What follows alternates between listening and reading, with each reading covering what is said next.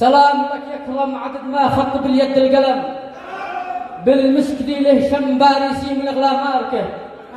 جيناك يا ابن العم نبارك لك ما ربي قسم، ونصف دينك تم يخدر كلها بالشاركه.